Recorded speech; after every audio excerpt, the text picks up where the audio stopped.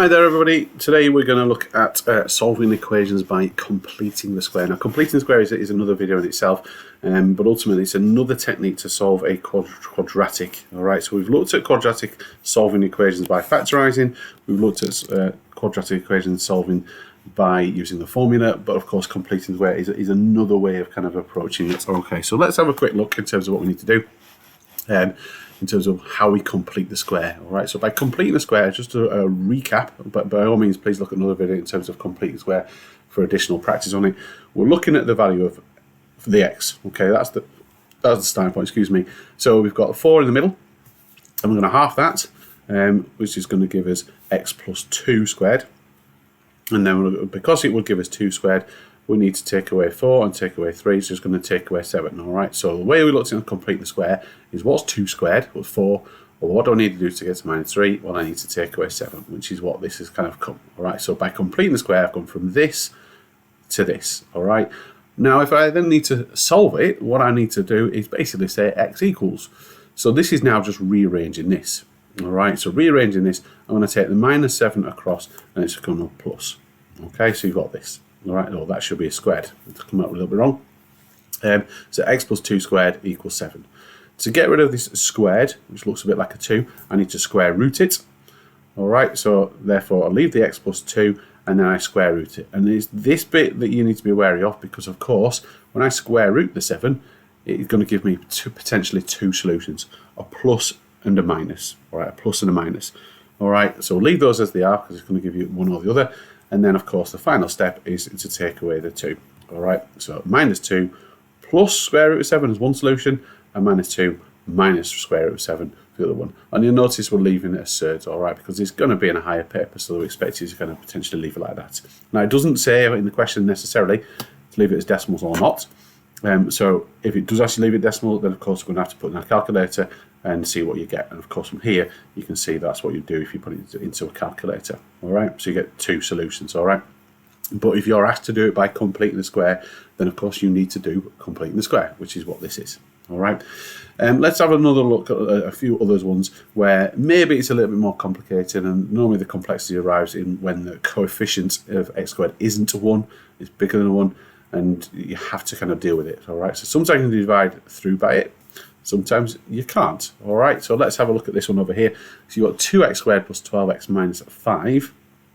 All right, so if I go for the idea of dividing it all through by 2, which is what I suggest, then you're going to end up with x squared plus 6x minus 2.5 equals 0. All right, and then we just complete with square dealing with this.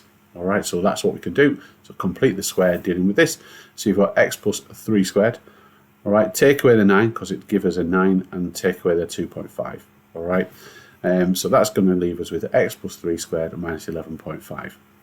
All right, so same as before, I'm going to move the minus 11.5 to the other side. I am going to square root it, making sure I leave the plus and minus because there are two options to that, and then I'm going to take away the 3. And at this point, I suppose, in essence, I've got to consider whether or not it's in decimal or not. It is likely because of the 11.5. I don't think anyone would want to leave that like that. So 0.391 or minus 6.391. All right, so there are going to be a two solutions. In fact, it even says at the top, doesn't it? 3 decimal places. So yes, definitely decimal places. All right. The other way of looking at it, so this is the kind of same question, is that we don't divide all through by 2, first of all. We basically take the 2 out of the first part of it. Okay, so we just divide 2. So we factorise these two terms. So we've got x squared plus 6x. And then we deal with just this little bit as a complete the square.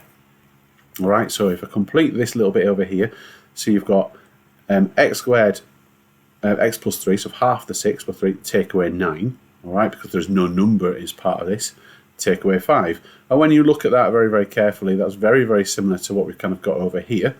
But of course, I've got this multiple of 2. So when I just expand this little bit, I'm going to have 2 lots of x plus 3 squared minus the 18, when I times that by 2. And the minus 5 is outside that, so that stays as it is. And so I've got this bit. Then I bring the two numbers that I've got here, minus 18 and minus 5, to the other side and become pluses, which is going to give me 23. And then at this point, I divide it by 2, which is going to be 11.5, and suddenly you've got the same as this one over here. All right, exactly the same as this one over here. And then from there, it's going to be exactly the same process. All right, so there are different ways of doing this. All right, there is different ways of doing this. Now, my recommendation is this bit on the right is a little bit more, I don't know, not something that you would necessarily see to do. All right, I don't think necessarily you'd look to factorize just half of it and deal with it just like this. I think the reality is that you're more likely to go down this route, the yellow route, where you just divide it all by 2, and just accept that you're going to have some fractions in there as you go. All right, so it's up to you. It's up to you how you kind of progress about it, but obviously this is the route we kind of go down. So when you've got a number in front, it just provides a little bit more complexity in terms of what you need to do. All right, well, that's completing the square, or that's, solving equations by completing the square. So please do go to mathschool.co.uk. The link is obviously underneath as normal, and have a bit of practice, and obviously get more used to it. And if you need to come back to the video, then of course it's always kind of here. All right, thanks for listening.